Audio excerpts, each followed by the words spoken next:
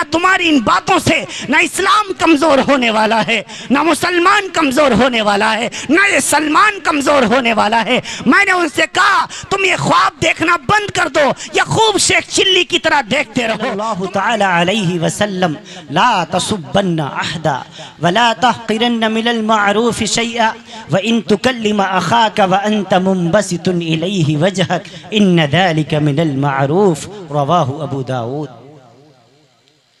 عن جابر قال قال رسول الله صلى الله تعالى عليه وسلم من كن فيه يسر الله ثم حتفه وأدخله جنته رفق بالضعيف وشفقة على الوالدين وإحسان إلى المملوك رواه ابن ماجه۔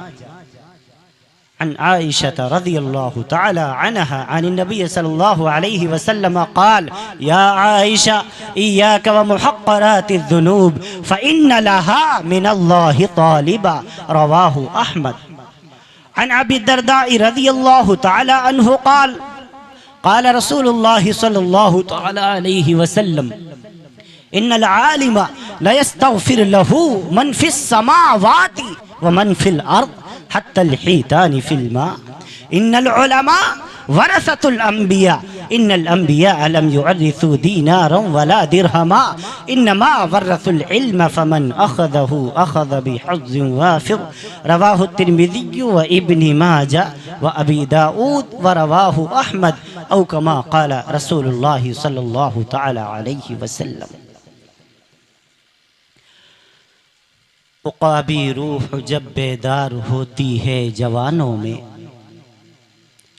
مفکر اسلام ڈاکٹر علامہ اقبال رحمۃ اللہ تعالی علیہ، جن کی پیدائش 1877 اور انتقال 1938 میں ہو چکا، وہ فرماتے ہیں عقابی روح جب بیدار ہوتی ہے جوانوں میں، نظر آتی ہے ان کو اپنی منزل آسمانوں میں، نظر آتی ہے ان کو اپنی منزل آسمانوں میں، اور نہیں تیرا نشیمن کسر سلطانی کے گنبد پر، نہیں تیرا نشیمن کسر سلطانی کے گنبد پر، تو شاہی ہے بسیرا کر پہاڑوں کی چٹانوں میں، تو شاہی ہے بسیرا کر پہاڑوں کی چٹانوں میں، اور نہیں سمجھو گے تو مٹ جاؤ گے ہندی مسلمانوں، نہیں سمجھو گے تو مٹ جاؤ گے ہندی مسلمانوں، تمہاری داستاں تک بھی نہ ہوگی داستانوں میں،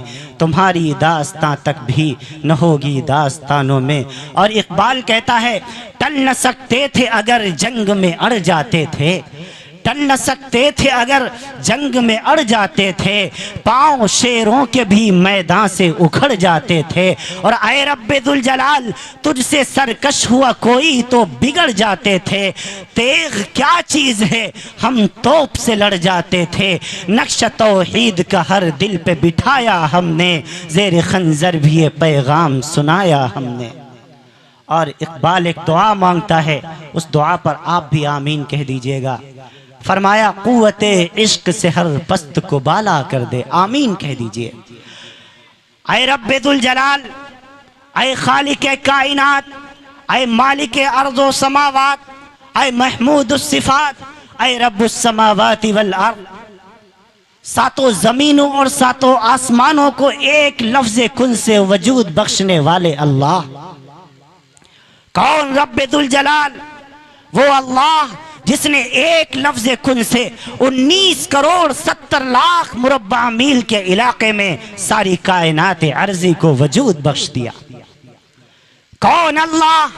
وہ اللہ جس نے ایک لفظ کن سے 14 کروڑ 60 لاکھ مربع میل کے علاقے میں تقریباً 11 کلومیٹر گہرا ٹھاٹھے مارتا سمندر پیدا فرما دیا۔ کون اللہ؟ وہ اللہ جس نے ایک لفظ کن سے 5 کروڑ 10 لاکھ مربع میل کے علاقے میں خشک زمین کو پیدا فرما دیا۔ کون اللہ؟ وہ اللہ جس نے ایک لفظ کن سے حیات الحیوان میں لکھا ہے، علامہ دمیری رحمت اللہ علیہ نے لکھا، وہ اللہ جس نے ایک لفظ کن سے اس کائنات عرضی پر تقریباً 3.25 لاکھ قسم کے درخت پیدا فرما دیے۔ سبحان اللہ۔ کون اللہ؟ وہ اللہ جس نے ایک لفظ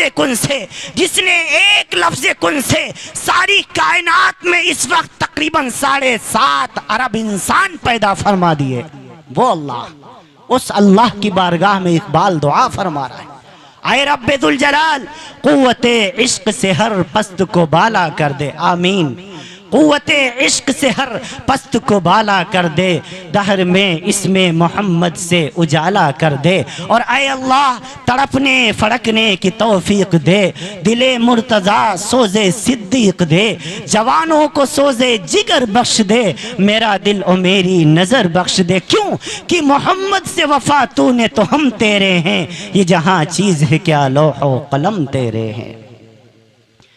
اللہ رب العالمین کے بے انتہا فضل و احسان سے آج سرزمین بھگوان پور میں دوسری مرتبہ حاضری کا شرف حاصل ہوا۔ اس جلسے کے اولین داعی ہم سب کے مشفق و مربی،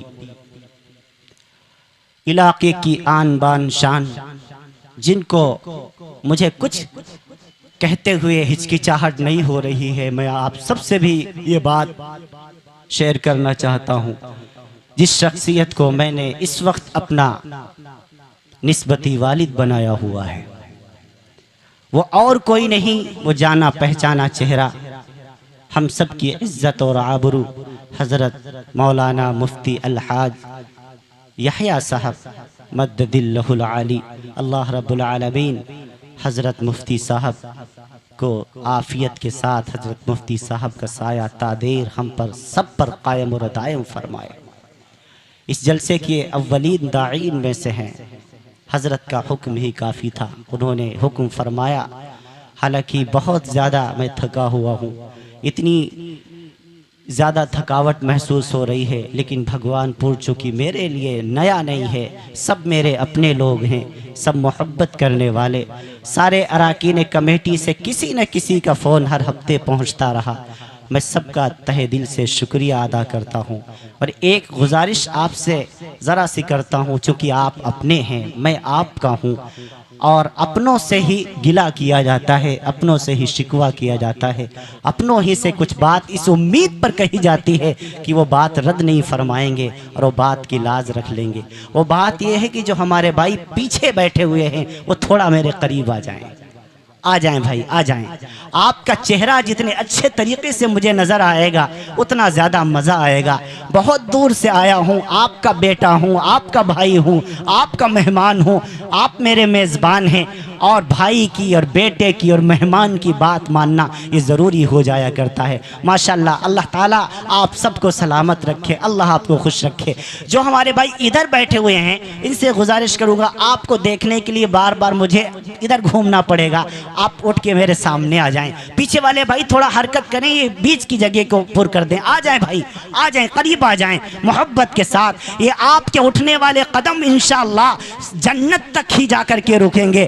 آپ سب علماء سے محبت کرنے والے ہیں، آپ سب دین سے محبت کرنے والے ہیں، شریعت سے محبت کرنے والے ہیں، آپ سب علماء حقانی، علماء ربانین سے محبت کرنے والے ہیں، اور یہ محبت کی بیان دلیل ہے۔ دیکھو ہمارے بھائی پیچھے سے اٹھ رہے ہیں، آ جائیے بھائی، آ جائیے، آ جائیے، میرے قریب آ جائیے، آپ میری بات کی لاز رکھ لیجئے اور یہ بیچ کے جگہ کو پر کر لیجئے، تھوڑی سی حرکت کیجئے، حرکت میں برکت ہوتی ہے۔ اللہ تعالیٰ آپ کو سلامت رکھے، اللہ تعالیٰ آپ کے قدموں کو سلامت رکھے، اللہ رب العالمین آپ کو خوب نوازے، اللہ تعالیٰ آنے والی بلاؤں سے، مصیبتوں سے آپ سب کو محفوظ فرما دے۔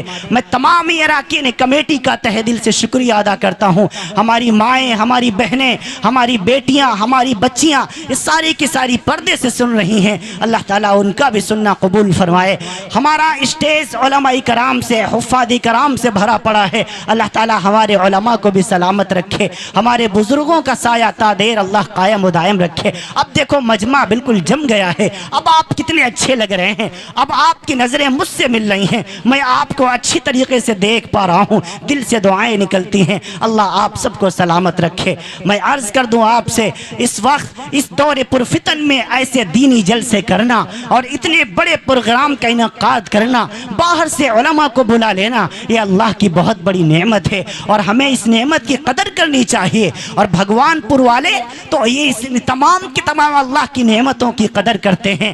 ہاں ہاں، اللہ کا فرمان یہ ہے لَإِن شَكَرْتُمْ لَأَزِيدَنَّكُمْ وَلَإِن كَفَرْتُمْ إِنَّ عَذَابِي لَشَدِيدٌ۔ جو میری نعمتوں کی قدر کرتا ہے میں اس کو نعمتیں عطا فرماتا ہوں اور زیادہ دیتا ہوں، اور جو میری نعمتوں کا انکار کرتا ہے یا شکریہ ادا نہیں کرتا میں اس سے ان نعمتوں کو چھین لیا کرتا ہوں۔ اگر آپ کو اللہ رب العالمین نے دوسرے سال پھر جلسہ کرنے کی توفیق عطا فرما دی، دوسری مرتبہ پھر علماء کو بلانے کی توفیق نصیب فرما دی، دوسری مرتبہ پھر اس خاکسار کی یہاں حاضری ہو گئی، یہ اس بات کی بیان دلیل ہے کہ آپ کا پچھلا والا جلسہ بارگاہ ربانی میں قبول ہو چکا ہے۔ اللہ تعالیٰ آپ کے پچھلے جلسے کو قبول فرما چکا ہے، اسی لیے اللہ تعالیٰ نے پھر سے دوبارہ توفیق عطا فرما دی۔ کیوں؟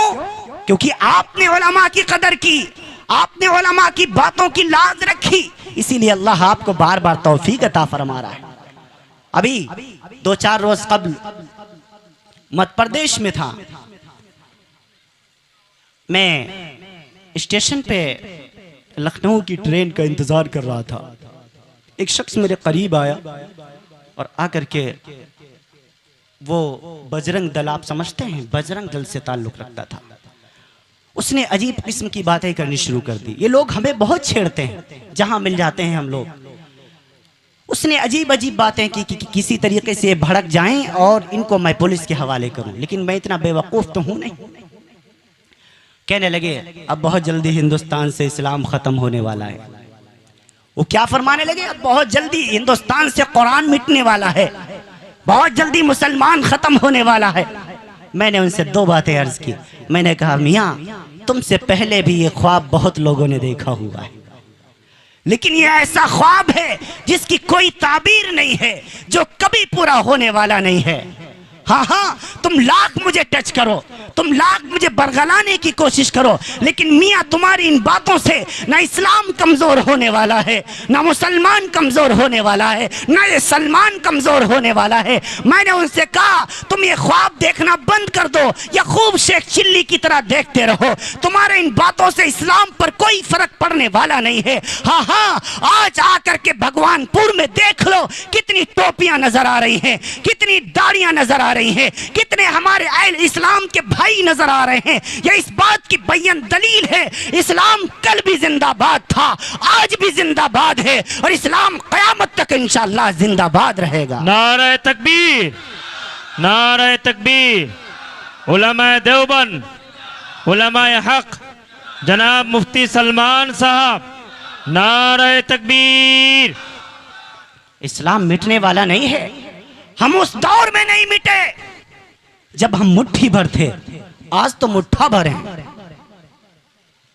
ہم تو اس دور میں نہیں مٹے جب ہم مٹھی بھر تھے، اور آج تو مٹھا بھر ہیں۔ اب ہمیں آپ کیا مٹائیں گے؟ یہ خواب تو ابو جہل نے بھی دیکھا تھا، یہ خواب تو ابو لہب نے بھی دیکھا تھا۔ کب؟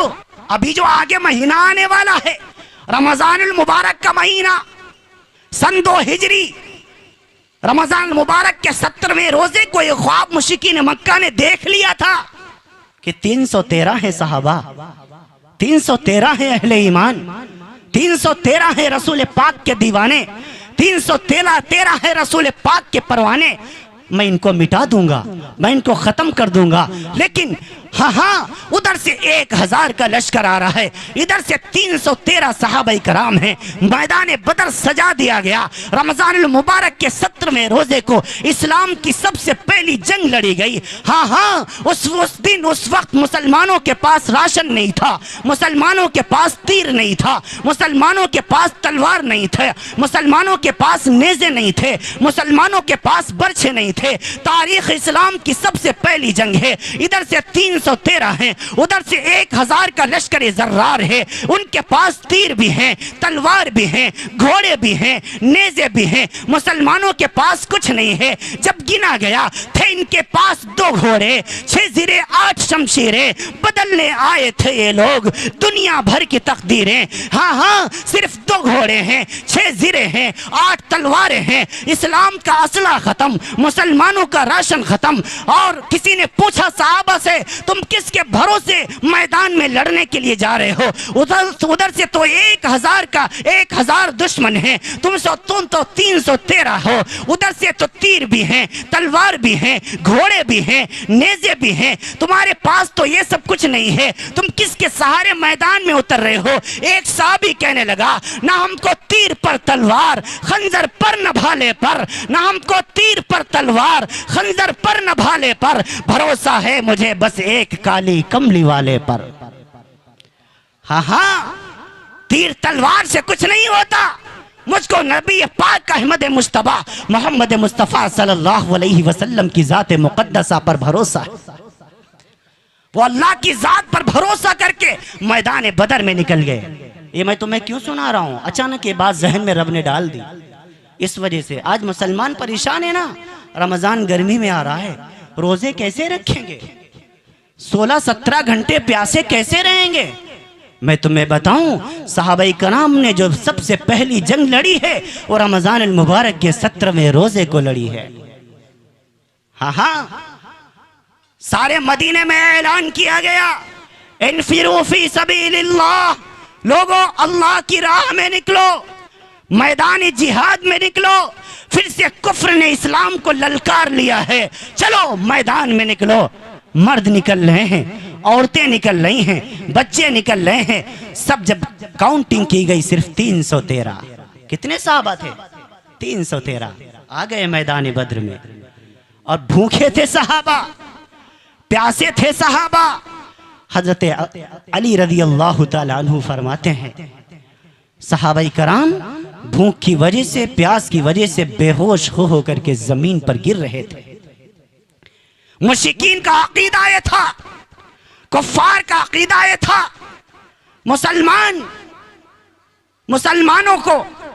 مسلمانوں پر کچھ بھی مصیبت آ جائے لیکن وہ روزہ نہیں چھوڑیں گے، وہ جانتے تھے۔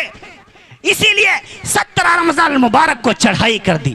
انہیں خبر تھی اس بات کی، مسلمان بھوکے ہیں، پیاسے ہیں، کمزور ہیں، ان کے پاس کھانا نہیں ہے، ان کے پاس تیر تلوار نہیں ہے، اب ان کو ہرایا جا سکتا ہے، چلو ان پر چڑھائی کر دو۔ یہ سوچ کر کفار مکہ نے مسلمانوں پر اٹیک کر دیا 1000 کا لشکر لے کر کے۔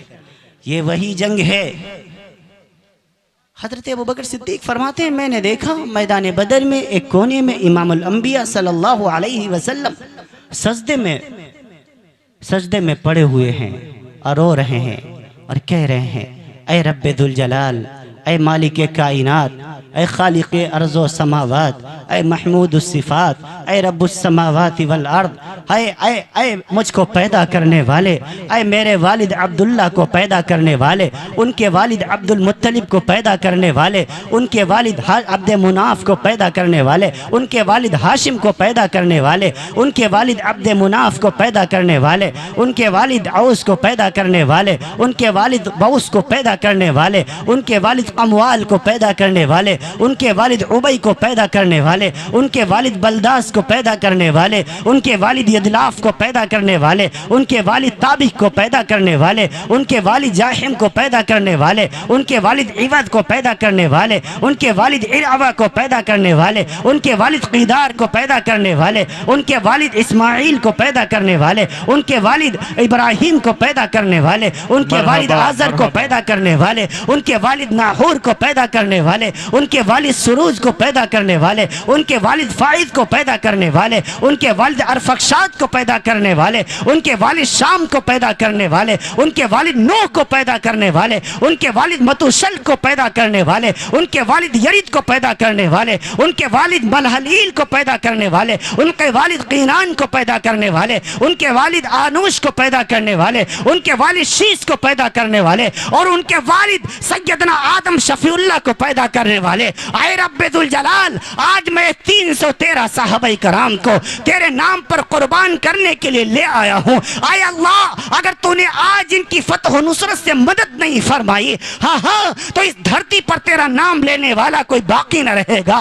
نبی پاک صلی اللہ علیہ وسلم نے یہ دعا فرمائی، نبی کے مبارک حلق سے دعا نکلی، فلک پر پہنچی کہ رب ذوالجلال نے اعلان کر دیا، اے جبریل کیا کھڑے ہو دیکھتے ہوئے جاؤ بثلاثۃ آلاف من الملائکۃ منزلین، جاؤ 3000 نورانی فرشتوں کو لے جاؤ اور میرے محبوب کی مدد کر دو جا کر کے۔ سبحان اللہ، سبحان یہ کس نے فرمایا؟ ہاں، پھر دنیا نے دیکھا کہ 313 صحابہ کرام نے 1000 کو ناکو چنے چبوا دیا کہ نہیں چبوا دیا؟ تو ہم تو اس دور میں نہیں مٹے، اب ہم کیا مٹیں گے؟ اب تم ہمیں مٹانے کا خواب دیکھنا بند کر دو۔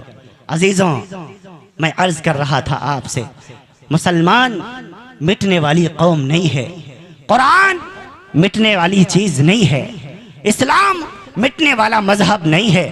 ہاں ہاں یہ قیامت تک باقی رہے گا انشاءاللہ العزیز، انشاءاللہ، قیامت تک انشاءاللہ باقی رہے گا۔ میں عرض کر رہا ہوں آپ سے، صحابہ کرام کو نبی پاک صلی اللہ علیہ وسلم کی ذات پر بھروسہ تھا، اللہ کی ذات پر بھروسہ تھا نہیں تھا۔ آج ہر جگہ ہمیں پریشان کیا جا رہا ہے، ہر جگہ ہمیں ڈرانے کی کوشش کی جا رہی ہے۔ ایئرپورٹ پر جاتا ہوں، ہاں ہاں میری پگڑی اتروائی جاتی ہے، ملک ہندوستان کی فضا کو زہر سے گھول دیا گیا، ملک ہندوستان کی پورے طور پر تمام کی تمام آپس کی محبتوں کے اندر زہر کو گھول دیا گیا، ہر طرف نفرت کا ماحول، کون ہے اس کا ذمہ دار آخر؟ مسلمانوں، ہم کو بھی کچھ سوچنے کی ضرورت ہے، ہمیں بھی ضرورت ہے اس بات کی کہ ہم تھوڑا محسوس کریں اور ہم ذرا دیکھیں تو صحیح فالٹ کہاں سے ہے، یہ کس کی سازشیں ہو رہی ہیں، یہ کون ہے جو انسانیت کا دشمن بنا ہوا ہے، کون ہے جو ملک کا دشمن بنا ہوا ہے، کون ہے جو سماج کا دشمن بنا ہوا ہے، کون ہے جو نفرت کے بیج سماج کے اندر بو رہا ہے؟ میرے نبی پاک صلی اللہ علیہ وسلم نے تو یہ تعلیم نہیں دی تھی۔ اسلام ہمیشہ محبتوں کی بات کرتا ہے، اسلام ہمیشہ چاہتوں کی بات کرتا ہے، اسلام کا پیغام پیغام انسانیت ہے، اسلام کا پیغام پیغام محبت ہے، اسلام کا پیغام پیغام آدمیت ہے، اسلام کا پیغام پیغام اخوت ہے۔ اسلام چاہتوں کی بات کرتا ہے، اسلام نفرت کی بات نہیں کرتا۔ اسلام کا پیغام یہ ہے تو کہ تمہارے پڑوس میں اگر کوئی تمہارا پڑوسی پورے طور پر بھوکا ہے تو اس کا دھرم نہ دیکھو، اس کا مذہب نہ دیکھو، اس کی ذات نہ دیکھو، اس کی برادری نہ دیکھو، بلکہ اس کو کھانا کھلا کر اس کے پیٹ کی آگ کو بجھاؤ۔ اسلام کا پیغام ہے کہ اگر تمہارے دروازے پر کوئی پورے طور پر پیاسا آ جائے، اس کا دھرم نہ دیکھو، یہ مت دیکھو وہ کس ریلیجن کے قانون کو ایکسپٹ کرتا ہے، بلکہ تمہارے لیے ضروری ہے کہ اس پیاسے کو پانی پلاؤ اور اس کی پیاس بجھاؤ تاکہ پورے طور پر وہ تم کو دعائیں دے۔ نعرہ تکبیر، نعرہ تکبیر۔ اسلام زندہ ہے، زندہ رہے گا، اسلام زندہ ہے، قرآن زندہ ہے۔ نعرہ تکبیر۔ جناب مفتی سلمان صاحب، اسلام کو نفرت سے جوڑنے والوں، مسلمانوں کو دہشت گرد کہنے والوں، مسلمان دہشت گرد نہیں ہو سکتا، مسلمان دیش کا غدار نہیں ہو سکتا۔ یہ قرآن کریم کا اعلان ہے۔ آقا مدنی صلی اللہ علیہ وسلم کو دیکھو، اللہ کے رسول صلی اللہ علیہ وسلم کی مجلس لگی ہوئی ہے، سارے صحابہ بیٹھے ہوئے ہیں، ایک یہودی آتا ہے، مسافر یہودی آیا اور آ کر کے کہنے لگا، اے محمد، میں یہودی ہوں، میں مسلمان نہیں ہوں، لیکن اس وقت میں مسافر ہوں، میری سواری کمزور ہے، مجھ کو سواری کی ضرورت ہے، تم مجھ کو ایک سواری عطا کرو۔ صحابہ کرام کے مجمع میں میرے نبی نے اعلان کیا، ہے کوئی تم میں سے میرا چاہنے والا، ہے کون ایسا شخص ہے جو آج اپنے اس یہودی بھائی کو ایک سواری دے؟ میں اس کے لیے جنت کا وعدہ کرتا ہوں۔ ایک صحابی کھڑے ہوئے، یا رسول اللہ صلی اللہ علیہ وسلم، میرے پاس یہ عربی گھوڑا ہے، ہم نے اس کو بڑے نازوں سے پالا ہوا ہے،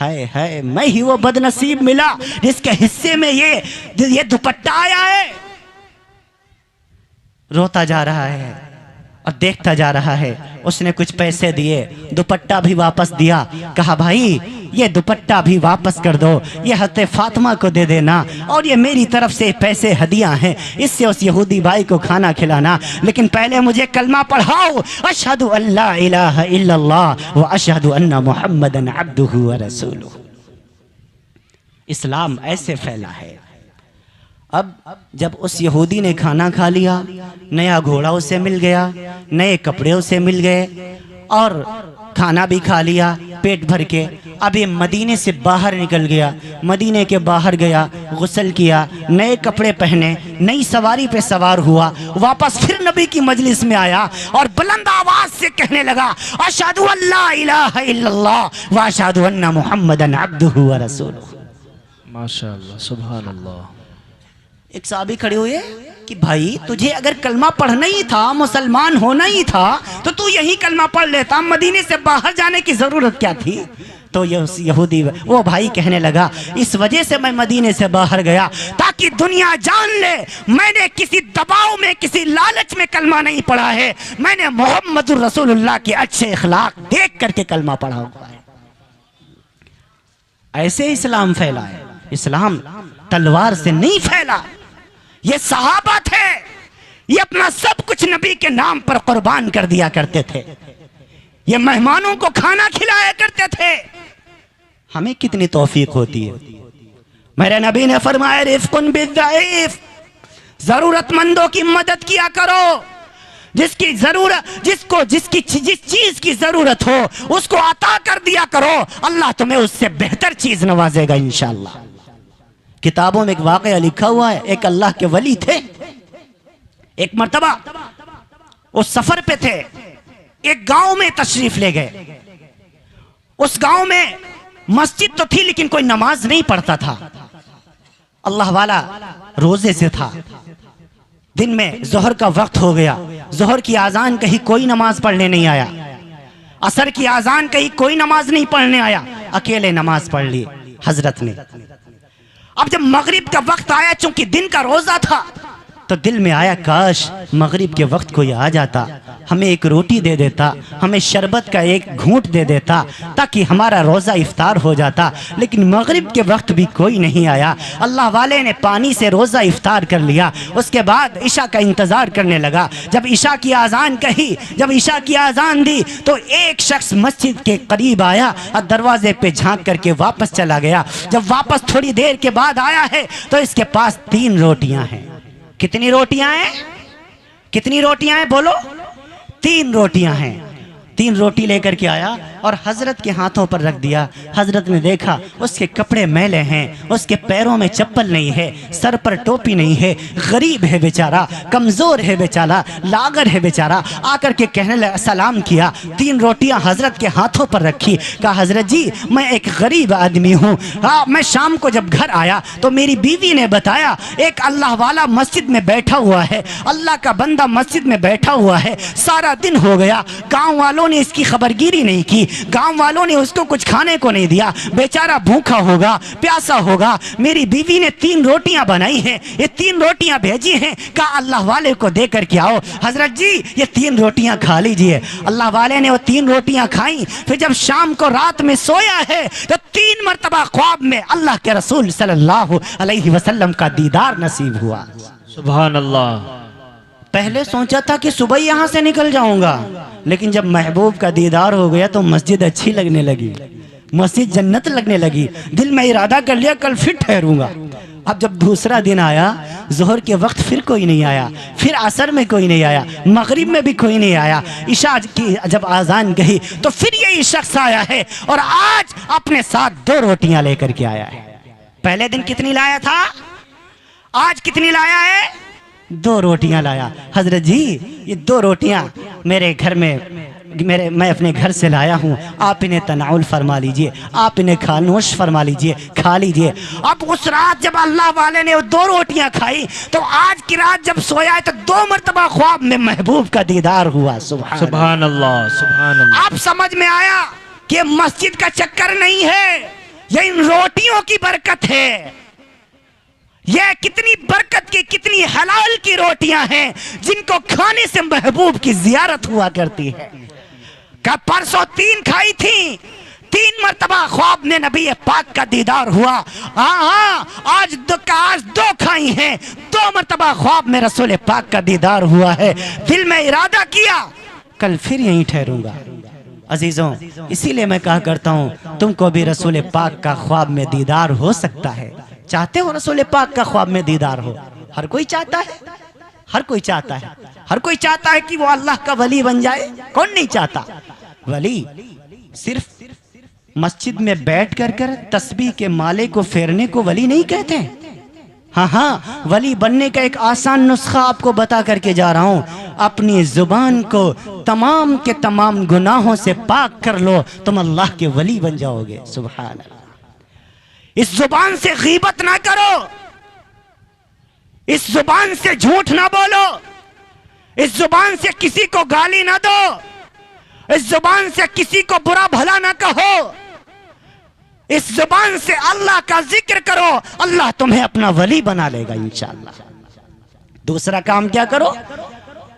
اس پیٹ کے اندر حرام لقمہ نہ جانے دو، اس پیٹ کے اندر سود کا پیسہ نہ جانے دو، بیاج کا پیسہ نہ جانے دو، رشوت کا پیسہ نہ جانے دو۔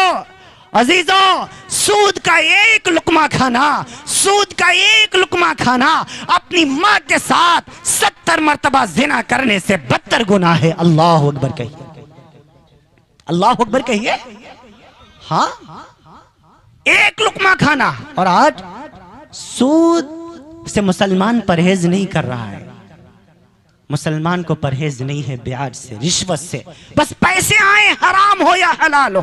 خوب یاد رکھنا، اگر آپ کی اولاد کے پیٹ میں حرام لقمہ پہنچ گیا، آپ کی اولاد کبھی بھی آپ کی فرما بردار نہیں بن سکتی، ہمیشہ آپ کی نافرمان رہے گی۔ اگر تم چاہتے ہو ہماری اولاد ہماری فرما برداری کرے، اگر تم چاہتے ہو اللہ ہم کو جنت الفردوس میں مقام عطا فرمائے، تو ایک کام یہ کر کے جانا، ہاں دنیا سے یہ کام کر کے جانا کہ تمہارے پیٹ میں، تمہاری حلق سے نیچے حرام کا لقمہ نہ اترنے پائے۔ کیوں؟ اللہ کے رسول صلی اللہ علیہ وسلم نے فرمایا کہ حرام لقمے سے پلا بڑھا جسم جنت کی خوشبو بھی نہیں پائے گا۔ سود لینے والوں، رشوت لینے والوں، اپنے آپ کو اس سے روک دو۔ رب ذوالجلال کا قرآن مقدس میں اعلان ہے، احل اللہ البیع وحرم الربا، اللہ تعالیٰ نے حلال کیا ہے خرید و فروخت کو اور حرام کیا ہے سود کو۔ اور خوب یاد رکھو، اگر تم سود لینے سے باز نہیں آئے تو رب کا اعلان ہے، رب کا اعلان ہے فَأَذِنُوا بِحَرْبٍ مِّنَ اللَّهِ وَرَسُولِهِ، جو سود سے لینے سے باز نہ آئے وہ اللہ اور اس کے رسول کے ساتھ جنگ کرنے کو تیار ہو جائے۔ اللہ اکبر۔ کوئی اللہ سے جنگ کر سکتا ہے؟ کوئی رسول اللہ سے جنگ کر سکتا ہے؟ مت رشوت لیا کرو، مت حرام کھایا کرو، اپنی بیوی کو زیور پہنانے کے چکر میں دوسری کی بیوی کے گلے پر چھرے مت چلایا کرو، اپنے بچوں کی پراپرٹی بنانے کے چکر میں دوسرے کے بچوں کا حق نہ چھینا کرو۔ ایک دن دنیا سے ہر ایک کو جانا ہے۔ ہاں اللہ والے نے پہلے دن کتنی روٹیاں کھائی تھی؟ دوسرے دن، پہلے دن کتنی مرتبہ دیدار ہوا نبی پاک کا؟ پیارے نبی کا دوسرے دن کتنی مرتبہ دیدار ہوا؟ 2 مرتبہ۔ دل میں ارادہ کیا کل پھر ٹھہروں گا۔ 1 دن گزرا، 2 دن گزرا، تیسرے دن اللہ والا مسجد میں ٹھہرا ہوا تھا۔ جب تیسرا دن آیا، آج بھی ظہر میں کوئی نہیں آیا، عصر میں کوئی نہیں آیا، مغرب میں کوئی نہیں آیا، عشاء کا وقت جب ہوا تو پھر سے یہی شخص آیا ہے۔ آج اس کے پاس صرف 1 روٹی ہے۔ روٹی اللہ والے کے ہاتھ پر رکھی اور رونے لگ گیا، ہاتھ جوڑ کے بیٹھ گیا اور کہنے لگا حضرت جی، اللہ والے، حضور صاحب، کل آپ مسجد میں قیام مت کیجئے گا، کل آپ یہاں مت ٹھہریے گا۔ یہ بات کہہ کے وہ شخص رونے لگ گیا۔ اللہ والے نے کہا کیوں بھائی، تم کیوں چاہتے ہو کہ میں مسجد میں نہ ٹھہروں؟ ارے یہاں تو نبی، یہاں تو محبوب کا دیدار ہو رہا ہے، رسول پاک کا دیدار ہو رہا ہے،